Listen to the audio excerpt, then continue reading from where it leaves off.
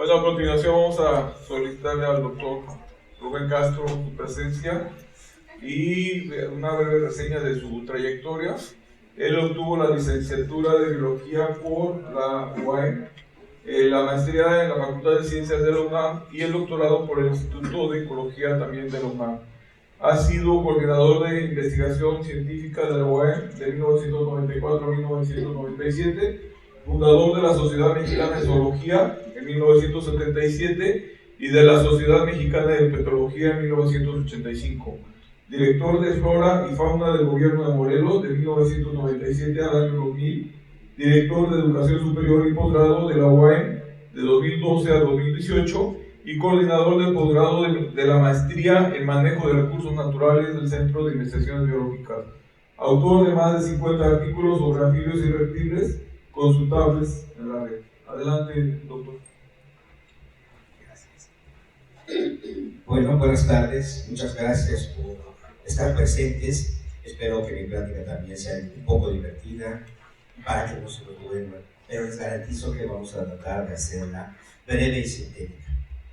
Cuando recibí la invitación para hablar de la importancia de la biodiversidad global, inmediatamente dije que sí. Pero mi primera pregunta, ¿qué es o a qué le llamamos global? ¿Verdad? Entonces, lo global es lo que nos hemos acostumbrado a llamar a nivel planetario o a nivel de regiones. Y entonces mi visión trata de ser en realidad con un enfoque global. Esta es una imagen, cualquier imagen que ustedes vean en la red, en un telescopio, de un fragmento del universo. La línea amarilla que ustedes ven ahí está junto a una mancha roja. Ahí se encuentra una galaxia que nosotros llamamos la Vía Láctea. ¿Puede pasar la siguiente, por favor? Bueno, miren, esa línea, la foto de arriba es la misma que vimos anteriormente y está señalando esta galaxia, la Vía Láctea. En uno de esos brazos se encuentra lo que nos han enseñado siempre como el sistema solar. La siguiente, por favor. Claro, ustedes ya saben que el sistema solar está compuesto por una serie de planetas que giran en torno a una estrella que le llamamos Sol. Pero ¿cómo se ve desde fuera de nuestro sistema solar? Pues miren arriba, lo que ustedes ven es el cuadrito como el sistema solar, que no se ve prácticamente nada, pero se ven unas líneas difusas por ahí, ¿verdad? Ok, lo que está abajo es la sonda Voyager, hecho por la especie humana, que se lanzó al espacio hace 45 años con un disco en oro que hablaba de que aquí había algunos organismos que tenían su biología basada en unidades de carbono y que estábamos perdidos en un mar de galaxias, de estrellas, diciendo, aquí estamos por si alguien quiere venir, hasta coordenadas, música de los Beatles, de todo tipo se tenía información. Bueno, a esa nave la hicieron voltear su cámara para señalar esto que ven aquí ustedes. ¿Pueden ver un puntito blanco aquí?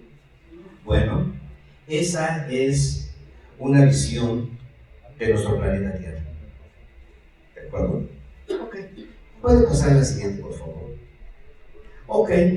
Pues miren, allá está la misma ilustración anterior. Esto que ven aquí ustedes de color azul, eso es nuestro planeta Tierra.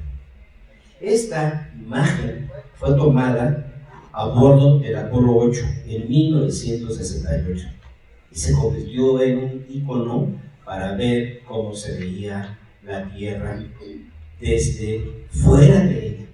Pero aquí está muy cerca, ¿verdad? Estamos hablando del espacio que limita la cercanía de la Luna con la Tierra, muy cerca. Entonces pareciera ser que nos estamos acercando. La siguiente, por favor. Entonces, ¿cómo es el planeta Tierra? ¿Por qué aquí hay vida? Porque debo decirles a ustedes que hasta donde sabemos, con los avances tecnológicos que hemos sido testigos, ahora es el único planeta que sabemos que tiene vida, ¿verdad? No sabemos si lo que estamos buscando como formas de vida pudiera existir en otros planetas o en otras galaxias.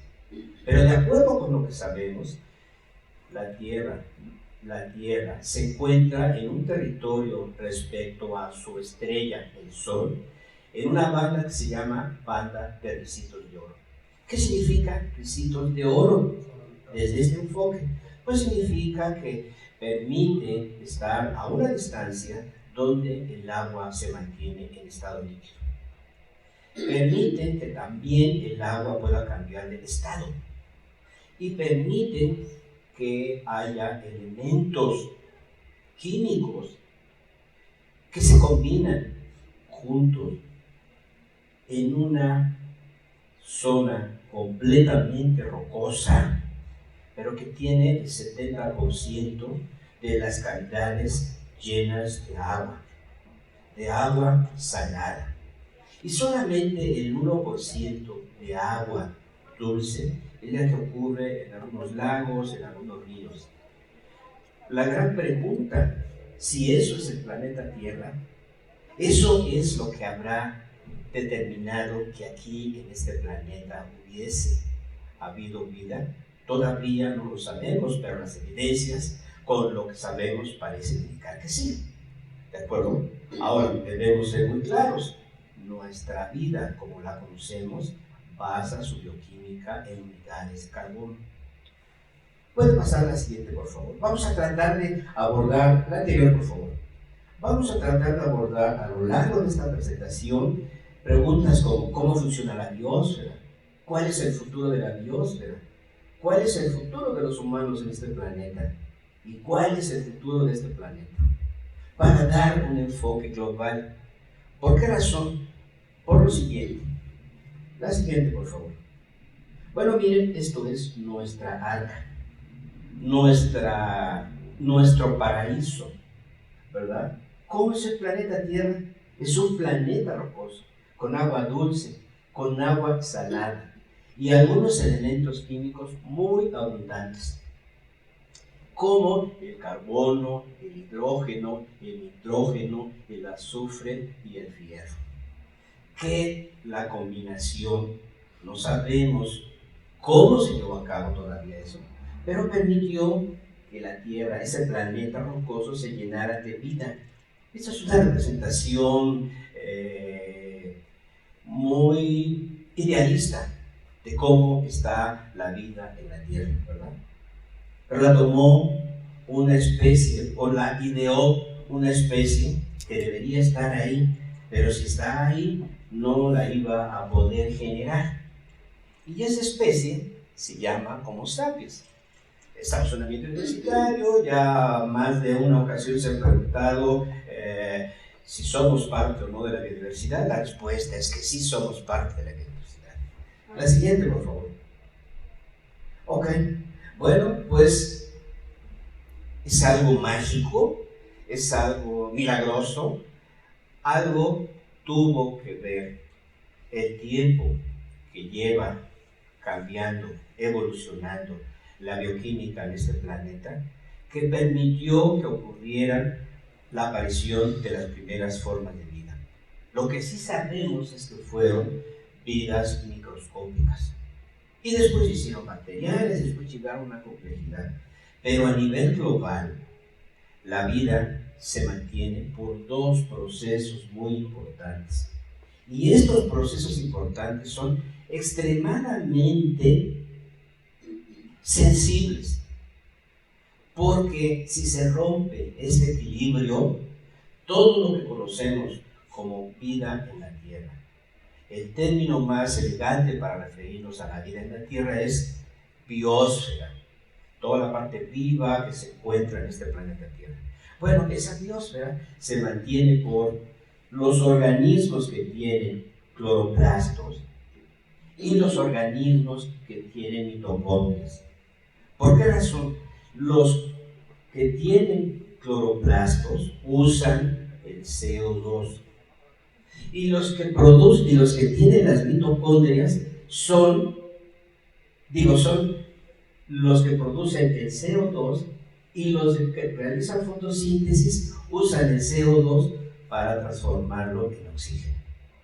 Esta magia de equilibrio es la que unos dan un producto para que se filtre el carbono y tengamos un oxígeno respirable, y los otros proveen la materia prima para que las plantas o las cosas verdes puedan llevar a cabo la producción de esa materia.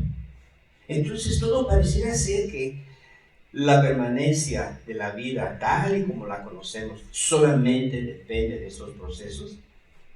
Sí, así de simple y sencillo, sí depende de estos procesos. Bueno, entonces eso pareciera ser que estamos tratando de abordar la pregunta: ¿por qué aquí hay vida? Porque ocurren dos procesos, ¿de acuerdo? Claro, eso está vinculado con muchas formas de vida y todo, pero esto, aunque una forma de vida sea de diferente manera, se sigue produciendo por un lado oxígeno y por otro lado CO2. La siguiente, por favor. Bueno, miren, la imagen de aquel lado es una imagen de un satélite donde nos está mostrando un paisaje terrestre, todo lleno de formas de vida. La parte blanca es donde están los humanos, ¿verdad? Formamos parte de la diversidad, pero la especie humana tiene una particularidad. Se empezó a comportar de una manera diferente, que empezó a utilizar todas las cosas que lo rodeaban para aprovecharlo, para desarrollar poblaciones, para hacer muchas actividades, ¿de acuerdo? Se empezó a comportar como una especie que no pertenecía a ese grupo de organismos. Tal vez con algún filósofo algún día lo platicaremos, porque ya lo hemos comentado. Creo que desde ese momento empezó el hombre o la especie humana a hacerse ver a la biodiversidad desde una visión antropocéntrica. Porque además algunas religiones así nos lo han dicho. Se crearon diversas formas de vida para que el hombre se reproduzca, tenga familia y las aproveche y todo. Pero es una visión muy cortita, muy regional, ¿de acuerdo? Bueno, eso mismo que vemos allá arriba, eso mismo ocurre en el ambiente marino, que está también lleno de formas de vida. Hay algas, hongo, plancton, le faltó una C ahí, y también de humanos, ¿de acuerdo? O sea, tenemos un ambiente acuático, tenemos un ambiente terrestre, tenemos un ambiente aéreo, y tenemos organismos donde pueden vivir en un ambiente acuático, en un ambiente terrestre, en un ambiente aéreo, y van a darse cuenta la maravilla de estar en un planeta como el que estamos. La siguiente, por favor. Miren, esta es una visión muy antropocéntrica, ¿verdad? Hecha para los que soñamos con el planeta prometido, ¿verdad? Ok, abajo está representado todos los ambientes acuáticos, porque en realidad el oxígeno que nosotros estamos respirando es correcto, en las selvas tropicales se produce y todo, pero lo que más contribuye a la proliferación de una gran cantidad de oxígeno es el que produce el plancton, ¿de acuerdo? Ok, pueden pasar a la siguiente, por favor. Y entre toda esa aparecieron la especie humana, que lo que sabemos aproximadamente hace de 200.000 a 315.000 años. O sea, es una de las especies que acaba de aparecer hace esta época. Hay formas de vida muy antiguas, ustedes la gran mayoría son biólogos, están involucrados en la biología, saben de las historias de la paleontología, y la vida en la Tierra ha seguido diversos caminos. Pero los humanos aparecieron hace aproximadamente esta época, ¿verdad? Entonces, ahí, en ese momento, empezó a ocurrir algo en el cerebro de estos organismos que los llevó a generar modificaciones. ¿Cuál fue los cambios que produjeron esta forma de ver o de interactuar con la biodiversidad? Bueno, probablemente un consumo más fácil de proteína, el estar agregado con grupos familiares, ¿verdad? La facilidad de cazar más fácilmente asociados, una serie de cosas. Pero hoy sabemos, a la luz de la evolución, que en ese momento se estaba desarrollando también una conducta extraña, que los matemáticos, miembros de esta especie, se tardaron varios años para que la pudieran identificar como un juego probabilístico que forma parte de las matemáticas en la teoría de los juegos.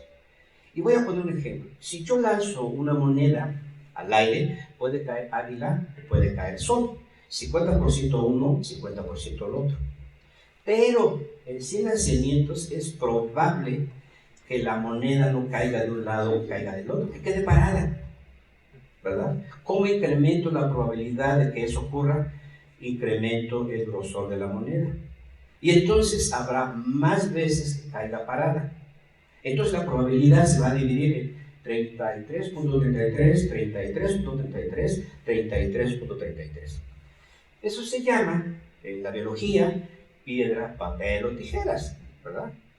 Pero aplicado en la biología, eso se llama el piedra, papel o tijeras, el juego de la evolución que todos jugamos, sin que nosotros nos demos cuenta.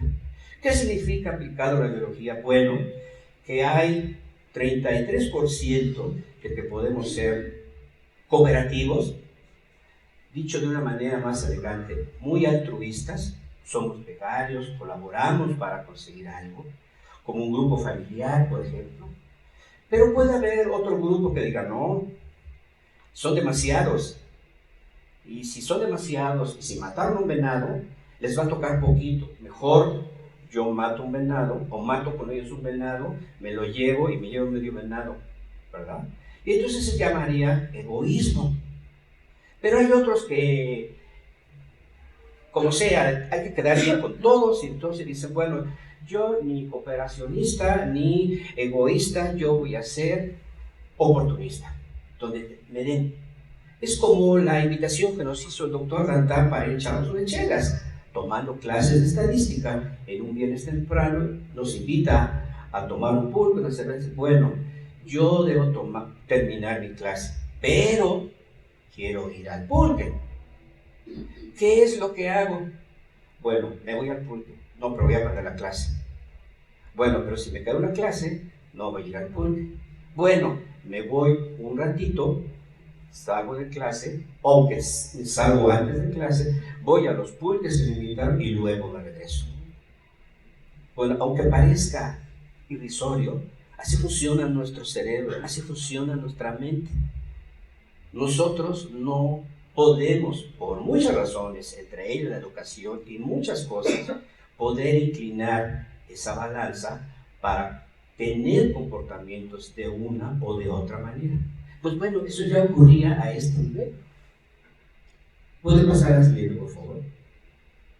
Ok, entonces, a ver, ¿cómo? ¿Qué tiene que ver todo esto? Bueno, pues históricamente nos han dicho, antiguamente, cuando al doctor Jorge, tal vez el doctor, tal vez usted y yo, íbamos a la escuela, nos hablaban de 3 reinos, animal, vegetal y mineral, ¿no? Cuando estudiamos biología ya nos decían que había 5 reinos, adoptados por Lynn Margulis, ¿verdad? Pero los avances más recientes nos dicen que no son 3 reinos, ni son 5 reinos, que todavía hay 6 supergrupos de los eucariotas. Entonces, esto nos indica que lo que nosotros conocíamos como vida, y para generalizarlo lo llamamos biodiversidad, está formada por una enorme cantidad de formas de vida. Y nosotros, desde nuestra visión antropocéntrica, queriendo ser los usuarios de toda la biodiversidad para vivir, para reproducirnos, para hacer muchas cosas, solamente estamos ahí donde está la línea roja señalando a los animales. Un minúsculo fragmento de toda la biodiversidad rebosante que se desborda en este planeta Tierra.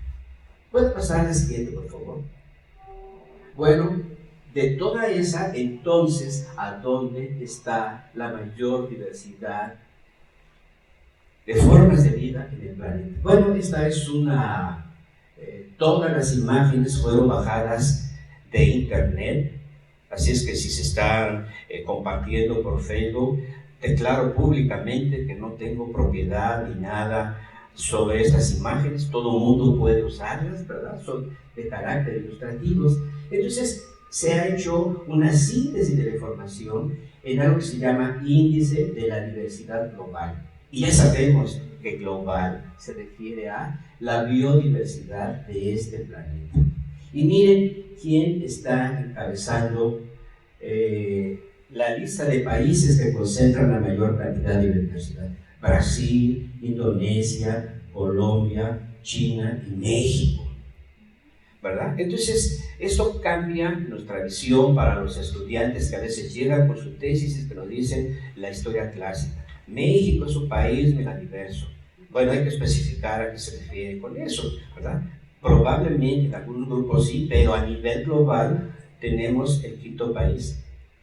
Ahora, si yo tomo en cuenta que la biodiversidad es productora de una serie de beneficios a través de diversos mecanismos, los países más diversos tienen más recursos. Deberían ser los países con mayor y mejor desarrollo. Pero la historia es completamente diferente. ¿Cómo cambia esta índice de diversidad global? Bueno, miren, puse aquí en este fragmento de texto, los responsables de la variación en este número son los taxónomos. ¿Y quién creen que son los taxónomos? Los biólogos. Los biólogos. Ellos son los que trabajan día y noche describiendo nuevas especies y diseñando nuevos métodos de clasificación.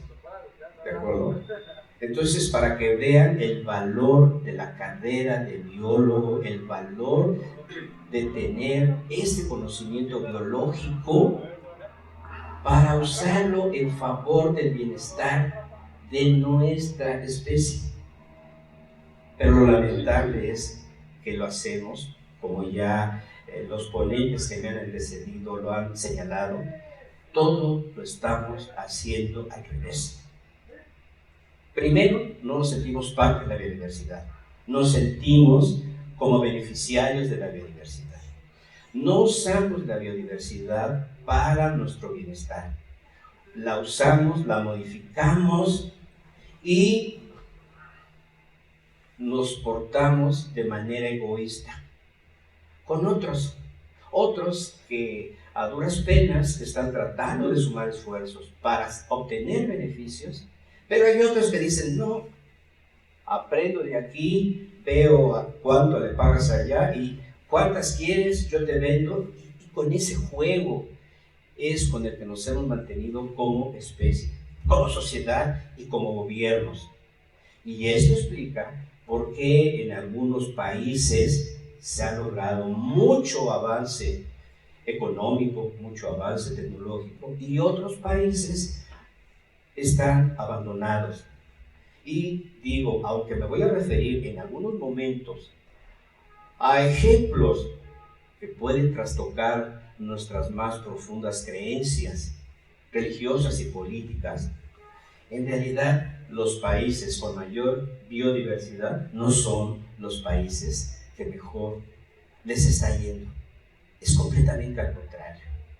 Y en nuestro país, digo, hay los que habían diseñado para que el país se vendiera y los pocos soñadores que creíamos que podíamos hacer algo con la biodiversidad. Y aquí tengo que volver a repetirlo de manera pública. La biodiversidad ha sobrevivido por la tenencia de la tierra, ¿verdad? por los pocos aventurados que dicen, no, pues es mi tierra, yo le siento afecto y toda la cosa. Pero así funcionan las cosas, es el mundo real. La siguiente, por favor. Bueno, miren, ¿qué ocurrió con esta información? Nuestra especie se ha apropiado de casi todos los rincones de la Tierra. Homo sapiens, ¿de acuerdo? Esto ha llevado a lo que hoy en día, de manera elegante, llamamos gentrificación. La siguiente, por favor.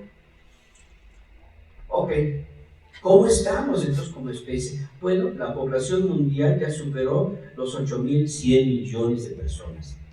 Toda esa densidad de individuos de una sola especie gasta, explota, extrae los recursos de la biodiversidad que tiene cerca o los que no tiene cerca. ¿De acuerdo? Ahora, ¿dónde se concentra de una manera muy global? Las grandes metrópolis son testigos del incesante crecimiento demográfico. A nivel locales, las capitales, la Ciudad de México, pero a nivel global, ¿a dónde creen ustedes que se concentra la mayor cantidad de personas? Obviamente que en las zonas urbanas. Bueno, veamos la siguiente, por favor. Fíjense nada más.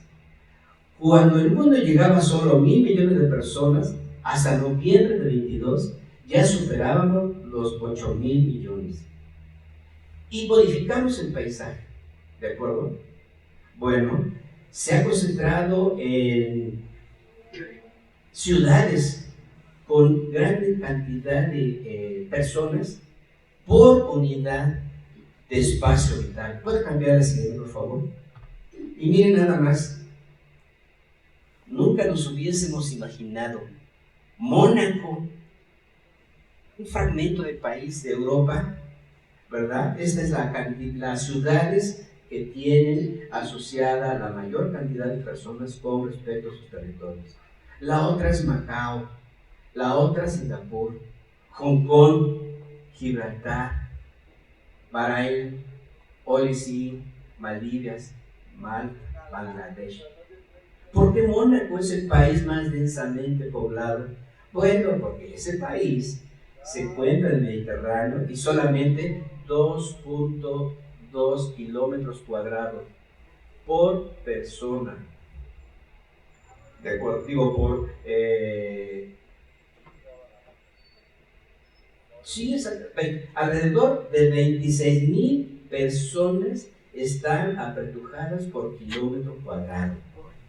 O sea, a ver, eso significa que le tocan a cada persona 38.46 metros en ese país. Y dentro de 10 años les va a tocar 37 metros por persona. Discúlpeme la comparación, no cabe una casita de telesocial, ¿verdad? De 4x4 o 2 de 4x4. Pero así viven, así están. ¿Y cómo está el uso de recursos? Pues usan los recursos de otros lados. ¿Por qué ahí sí? Bueno, porque hay gente que vive con situación de alto nivel económico y los recursos para vivir los compran de otro lado. Que suba, que baje el dólar, no hay problema, ¿verdad? Digo, es caro mantener los vicios privados y las virtudes públicas, pero cuando hay dinero se compra. La siguiente, por favor. A nivel de ciudades, miren nada más, a nivel de ciudades, esto ya lo conocen, Tokio y México, donde está la línea roja. Entonces la Ciudad de México es una de las ciudades muy densamente pobladas. Y entonces a nivel local, en América Latina, donde se concentran las selvas más exuberantes de este planeta, es en América Latina, de México para abajo. ¿De acuerdo? Ok, la siguiente, por favor. Bueno, ¿cómo es posible que esta especie haya llegado a tanto? Bueno, me apena mucho decirlo porque yo soy parte de este grupo, pero nos hemos comportado como ratones, ¿de acuerdo? todos los recursos que hemos estado extrayendo de la biodiversidad, lo hemos hecho de muchísimas formas posibles. Solamente voy a poner algunos ejemplos. A través de la agricultura, la medicina, o a través de la industria. El grave problema es que alimentar, prolongar la vida de personas, mantener los servicios que nos provee la industria, cuesta mucho desde el punto de vista biológico. Pero lo que es más importante es que estamos en un punto crítico donde los ecosistemas ya no se pueden renovar, ya no son autosustentables, requieren la intervención de la mano humana. La siguiente, por favor. Ok, este es un comparativo de cómo la pérdida de biodiversidad ha ocurrido o ha sido afectada por el cambio climático. Lo que ven hasta allá son las especies extintas. Y aquí están las especies vulnerables, aquí las especies en peligro y aquí en peligro crítico, ¿verdad?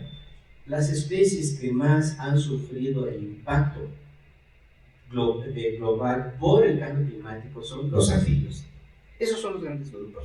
¿Por qué me refiero a estos? Porque son los grupos con los que más interactuamos y es donde, por la misma naturaleza, son relativamente más fáciles de estudiar.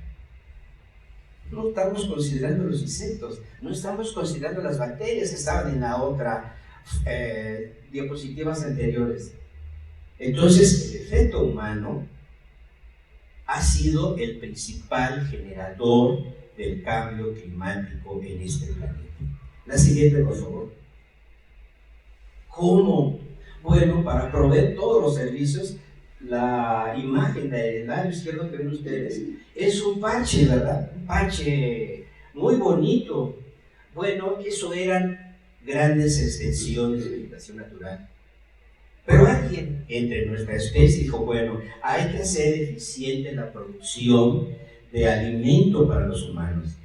Entonces hay que hacer los monocultivos en un espacio pequeño que al principio producía razonables cantidades, se fue deteriorando el suelo por la absorción de nutrientes, la modificación de la biota del suelo, y entonces dijeron, pues le vamos a poner fertilizantes, ¿verdad? Y entonces se generaron mosaicos de zonas de cultivo, que está bien por un lado, nosotros somos consumidores de esos productos, pero el impacto que estamos produciendo es extremadamente grave. Miren, aquí tengo los casos más dramáticos. Ustedes, la gran mayoría son de Morelos, ¿verdad? Ok. Ustedes conocen Tlalnepantla. Bueno, hace muchos años Tlalnepantla era un municipio donde siempre hacía frío y estaba cubierto, rodeado de bosques, hasta parte de Tlayacapa. Me apena mucho decirlo, y hay que decirlo porque ese es un espacio dentro de una universidad. Espero que no alguien vaya a sentirse ofendido. Esto es un paisaje donde se tiró una zona boscosa para plantar nopales, porque a alguien se le ocurrió traer nopales, ahí crecieron nopales, y hoy hay planes gubernamentales para decir vamos a generar una industria que permita generar buenos recursos para los nopales. Pero ¿qué perdimos? Zonas verdes que transformen el CO2 en oxígeno, que contribuyan a la permanencia de las corrientes de aire frío. La sumatoria de todos esos factores son los que están produciendo el cambio climático. Miren, abajo, también ahí, en aquella imagen. Bueno, aquella imagen es lo mismo que está sucediendo en la zona de Michoacán y otras partes. Aquí en Morelos también, en Tetela. Vieron que era negocio producir aguacates, tiraron bosque, plantaron aguacates. Pero ahora alguien dio cuenta que están ganando mucho dinero, tenemos que extorsionarlos, debemos ser egoístas para sacarles una lana, ¿verdad? Y ya se perdió biodiversidad, ya se perdió suelo, ¿de acuerdo? Ok. Pero el otro problema es que está asociado también nos gustan mucho los productos de la biodiversidad, ¿verdad? Obviamente, ustedes saben que todas las formas de vida que utilizamos, nadie nos las regaló. Eran especies silvestres que pasaron a través de nuestra evolución por un proceso de domesticación, que las hemos ido modificando a través de la biotecnología, a través de la selección, de muchos procesos que nosotros como especie hemos aprendido, hasta llegar a producir ganado de alta calidad, ¿verdad? ¿Y saben qué? Son muy padres las vaquitas, ¿verdad? Toda una parafernalia para dotarlas muy bien. Ahora vacas que se alimentan, vida libre y todo. El desarrollo de nuevas formas de ganado, el ganado Bayou, que 5,000 pesos cuesta un kilo de carne en City Market, el que esté interesado en probarlo algún día, pues vaya y la puede probar, ¿verdad? Entonces, estos fueron productos de la biodiversidad. Nadie va a preguntarse en este momento si es importante la biodiversidad para los humanos. Por supuesto que no. Pero el problema es que al estarnos alejando, al estarla convirtiendo en solamente una fuente de benefactores para nosotros, estamos generando los problemas a los que nos estamos enfrentando. ¿De acuerdo? Cambiemos la siguiente, por favor. Y bueno, miren, cómo abstraer o cómo alejarnos de todas esas cosas. Miren, la imagen que tiene ahí del lado izquierdo superior es una imagen que centra toda la enorme cantidad de quesos que se extraen de la materia prima de las vacas, que producen una gran cantidad de metano, porque los hatos de vacas no son 10, 20, son muchísimos. Uruguay está exportando vacas, México hay varios países que producen muchas vacas, ¿de acuerdo? Entonces todo eso, miren, mantiene viva una industria de los quesos, ¿verdad? Pero también los vinos, ya nos hablaba el doctor Dantan, ¿verdad? Y ahí, en la producción de quesos, en la producción de vinos, han participado los microorganismos que vimos parte formando de los 6 reinos, ¿verdad? Nosotros no los percibimos, ¿verdad? Solamente decimos, bueno, a ver, ¿cómo es ese vino? Pues con levaduras, Saccharomyces cerevisiae, muchas variedades, ¿de acuerdo? Y él decía que efectivamente hay reservorios, edificios grandes para mantener la biodiversidad de microorganismos. Bueno, ustedes deben saber que Corona, la cerveza mexicana de mayor venta del mundo, tiene en la ciudad de Monterrey un edificio más grande que la Biomédica para mantener vivos los cultivos de las levaduras con las que se fabrica la deliciosa cerveza Corona. ¿De acuerdo? Entonces, bueno, hagamos que esos cultivos no se pierdan y de vez en cuando bebámonos una cerveza, ¿verdad? Yo tengo una hipótesis que gente muy cercana a medios religiosos me ha llamado como hereje, pero si los israelitas no hubiesen salido de Egipto, el ritual que se hace en las iglesias, en lugar de vino hubiese sido con cerveza. Y todos estaríamos extremadamente felices, ¿verdad? Ok. Eso que vemos ahí son las diversas formas de vino, pero ¿qué creen aquí? Tenemos una enorme diversidad de carnes, ¿de acuerdo? Por supuesto que ustedes ya no saben que son carnes, pero esto produce una enorme variación en las economías de los países, ¿verdad? Y entonces, obviamente, hay estudios que miden la cantidad de huella de carbono para cada producto que aquí tenemos. Significa la cantidad de carbono que hemos adicionado a la atmósfera. La siguiente, por favor. Ok, y miren, hablando de las cervezas, no venía preparado, pero salió por pura casualidad. Bueno, también un montón de productos de los que hemos integrado a nuestra dieta: cerveza, pan, frutas, ¿verdad? Ok. La siguiente. Bueno, todo eso, ¿qué es lo que genera? Bueno, miren, hay gobiernos de países que han preferido derribar zonas de bosque para ampliar la frontera agrícola, con la pérdida de árboles. Y nosotros en América Latina teníamos, y creo que todavía la seguimos teniendo, vamos a las zonas donde había bosques, entonces plantamos árboles. Los hacemos crecer durante 7 años y cuando llega noviembre o diciembre vamos a cortar nuestro arbolito de Navidad. Ese arbolito de Navidad solamente vive en diciembre y después tenemos que buscar a dónde desecharlo. La universidad tiene un lugar para procesar los árboles de Navidad, ¿verdad? Una práctica inocente que nada tiene que ver con los rituales eclesiásticos con los que la asociamos, sino nació de la suma de la cultura en Alemania y nosotros la adoptamos sin saberlo. Bueno, esa práctica que aparenta ser muy inocente está contribuyendo de manera importante a la pérdida de árboles. Espero que ya volteemos esos ojos.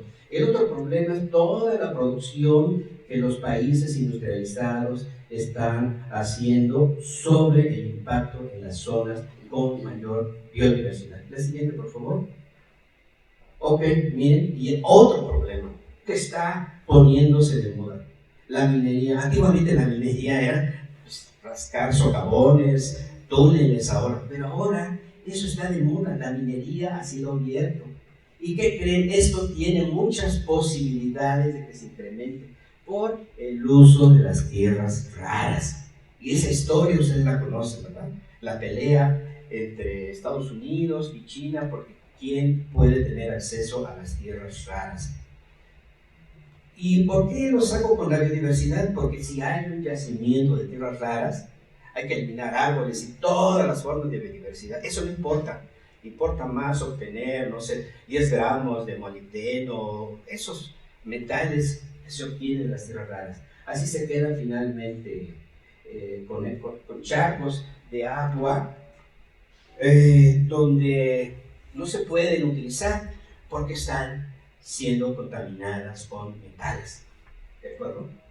Ese es otro impacto de la biodiversidad. La siguiente, por favor.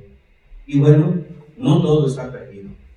Ya mis colegas que han pasado, hay cursos en México que están ofreciendo, por ejemplo, descubre las proteínas y los péptidos bioactivos de animales marinos. El doctor Dantan ya se refirió a toda la cantidad que hay ahí. Esta otra, la que está de este lado, el uso de serpientes para obtener fabricar los antivenenos para salvar a las personas que por azares del destino llegan a ser mordidas. En Morelos, aquí, con el doctor Alejandro Ragón, ¿de acuerdo? Gracias a la enorme biodiversidad de reptiles, eso sí, me consta, de reptiles y anfibios que existe en México, ¿de acuerdo? Tecnología mexicana. Pero de todo esto no hemos usado marcas. Alguien llega, compra, usa, se lo lleva. Ustedes han comido alguna vez alitas con salsa tabasco, ¿verdad? Sí, alitas con salsa tabasco, picante. Tecnología americana. Alguien vino, vio los chiles y se los llevó y ya nos vende. Todo ese tipo de cosas. El Gatorade solamente es un agua con vitaminas, algunos minerales y todo. Que estudiantes de un posgrado de la Universidad de Florida dijeron, bueno, si corren los corredores y se deshidratan, vamos a sacar el sudor, vamos a examinarlo y vamos a reproducirlo. Pusieron una marca. Solamente agua con unos cuantos minerales y tienen una marca. Aunque aquí tenemos, por el conocimiento ancestral, muchas formas de vincularnos con la biodiversidad, no hacemos nada con el té de limón, no hacemos nada con el pachalalate. En el mejor de los casos vamos y le quitamos a la corteza el pachalalate y lo vendemos. Nada, no hemos generado marcas. Bueno, miren también, hay otros países, Perú abajo, está buscando moléculas en anfibios para aplicaciones biomédicas. También se está dando cursos del poder oculto del océano, los péptidos marinos, que están transformando la medicina moderna. La siguiente, por favor. Bueno, miren, esa es una pequeña contribución. Nosotros hemos investigado polipéptidos que se encuentran en las pieles de rana, no solamente para Brasil, aquí también hay, ¿verdad? Pero obviamente, vemos a caer, hay que generar toda una marca de uso de todo para seguir consiguiendo recursos para ese tipo de estudios, porque esos estudios son caros, ¿verdad? La siguiente, por favor. Bueno, ¿cuál es el futuro de la biosfera? Bueno, si continúan las cosas como van, es nada halagador, ¿de acuerdo? Nada halagador. Las predicciones más conservadoras es que seguiremos perdiendo mucha biodiversidad de aquí al 50. Del 50 para adelante va a ser un problema grave. Las predicciones para que permanezca la vida tal y la conocemos en este planeta se va a agotar el oxígeno de este planeta. ¿Por qué razón? Por la pérdida de áreas verdes, por la pérdida de plancton. La siguiente, por favor. Bueno, a ver, esto que ven aquí ustedes son un reporte que se publicó allá por 2007. La temperatura global probablemente seguirá subiendo. Aquí tienen ustedes mirando tres líneas. La línea roja es el estándar, ¿verdad? Pero en el 2025 estamos acercándonos a la mayor cantidad de emisiones de carbono. Todo lo que les dije hace un momento de que se iba a perder el oxígeno, estos son derivados del análisis de estos datos. Entonces no hay que perder árboles, zonas arboladas. La siguiente, por favor. Ok, bueno, el aumento de la temperatura resultará en cambios como ya lo estamos observando a nivel mundial. Primero, el mar va a cambiar de nivel. Las zonas costeras van a ser inundadas por el mar. Va a cambiar el patrón y la cantidad de las precipitaciones. Ya lo tenemos. Los que sean de Morelos van a ver que antes llovía durante muchos meses, ahora ya no tantos, y cuando se concentra cae con todo, ¿verdad?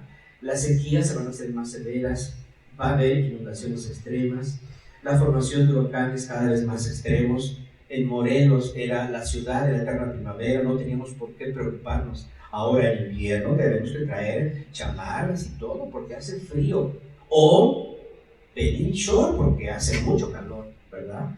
Se va a extender la desertificación. Por eso los países que viven en zonas desérticas están invirtiendo recursos para tratar de ganarle la carrera a la desertificación. China no trae la diapositiva, pero está invirtiendo para recuperar, ampliar su territorio, invadiendo áreas desérticas. La siguiente, por favor.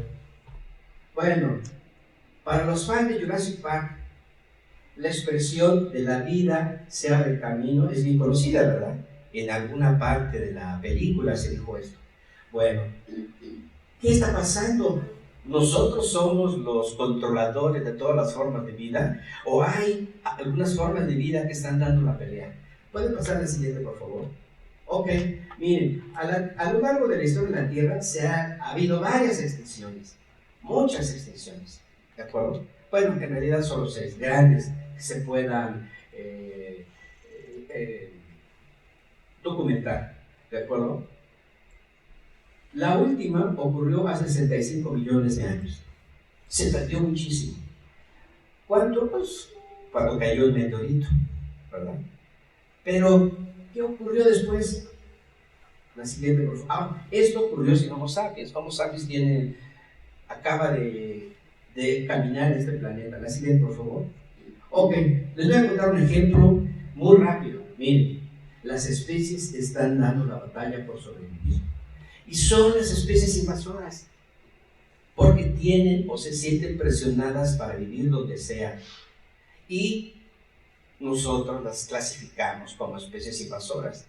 Pero nosotros somos los que las hemos movido a territorios donde no debían estar. ¿Cuál es el principal problema? Por ejemplo, el principal problema, la movilidad de ganado. Pues están controlados, no hay problema, es un interés comercial. Pero hay una industria en la oscuridad de la que algunos somos parte, nos gusta, los que venden mascotas. Los que venden mascotas agarran las especies silvestres, las confinan y las exportan.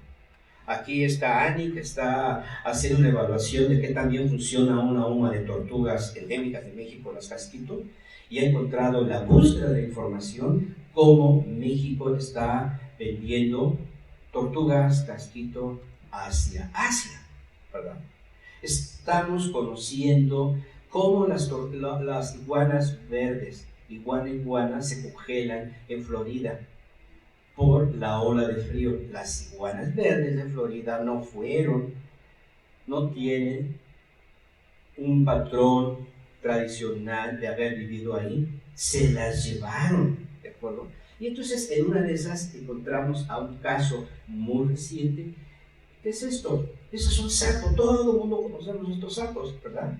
Ok, pues estos sapos también vendidos a través de los mascotarios, ¿no? Porque son bonitos, son manejables. En Australia se introdujeron algo así como 180 sapos, ¿de acuerdo? Sí, yo he conocido y seguramente ustedes los han visto en algunas expo, hay animales exóticos que los traen, ¿verdad? Y algunas veces se controlan y algunas veces se escapan. Morelos es un ejemplo clásico. Muchos de los ríos de Morelos están contaminados con peces. ¿No es cierto, mi querido maestro? Ok, volviendo a este ejemplo. Bueno, aquí está, ese se llama Rhinella marina. La siguiente, por favor. Ok, este sapo produce toxinas. Y cuando este sapo fue liberado por accidente, puede vivir. Apenas ahora nos estamos dando cuenta, por otra investigación que está haciendo otra de nuestros estudiantes del posgrado, que estos sapos pueden salir a solearse y pueden moverse como las lagartijas, ¿de acuerdo? Entonces lo llevan, se empieza a dispersar en cuerpos de agua y los animales que lo atrapan, hablo de cocodrilos purosos, cocodrilos de 7 metros de largo, los carnívoros, mamíferos carnívoros, lo muerden, se intoxican con la bufotoxina y se mueren. Entonces están causando un grave problema de impacto a la fauna. Bueno, entonces era una alarma, la siguiente por favor. Y encontraron Richard Shine, un herpetólogo, por casualidades de esas que ocurren en la ciencia, dejó cerca de un cuerpo de agua en una casa de campo que él tenía, con un perro, le daba sus croquetas, y oh sorpresa, al otro día, después de cenar croquetas al perro, encontró varios sapos muertos en torno a las croquetas, porque las croquetas también eran atractivos para las hormigas locales. Y entonces un sapo llega y se come las hormigas, pero se puede comer a una hormiga, pero no se puede comer a muchas hormigas. Las hormigas, los picaron, ¡oh, sorpresa! Eso lo empezaron a hacer como un experimento para controlar a los sapos, ¿verdad? Y bueno, donde lo aplicaron, croquetas, donde había sapos, encontraron que llegaron a una mortandad de casi 90%. Dijeron, ya la hicimos, así vamos a controlar los sapos. Pero no contaban con la inteligencia de los sapos. Los sapos cambiaron de actividad. En lugar de tener actividad diurna, se cambiaron a la actividad nocturna, cuando no había hormigas, ¿verdad? Y entonces se siguieron desplazando. Con los sapos hay un pequeño problema. Tienen una capacidad de reproducción enorme, ponen una gran cantidad de huevos. Y esos huevos de los sapos son tóxicos. O sea, nadie se los puede comer, peces, nadie se los puede comer. Entonces llegan y se establecen. La siguiente, por favor.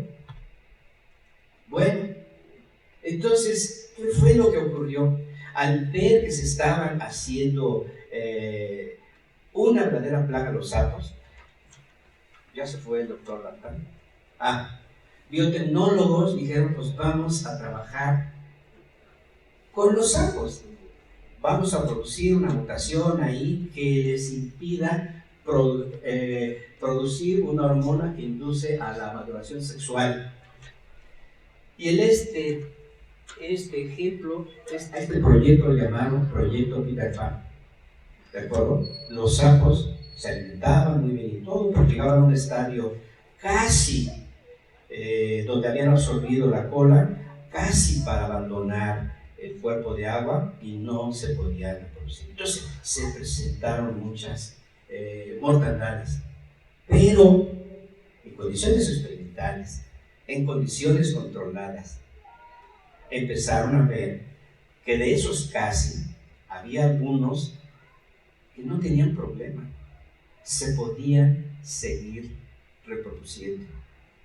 Cuando viene la gran pregunta si había que liberar a esos sapos que llevaban el gen de Peter Pan en ambientes naturales, iban a poder producir progenie y esa progenie ya se iba a aislar.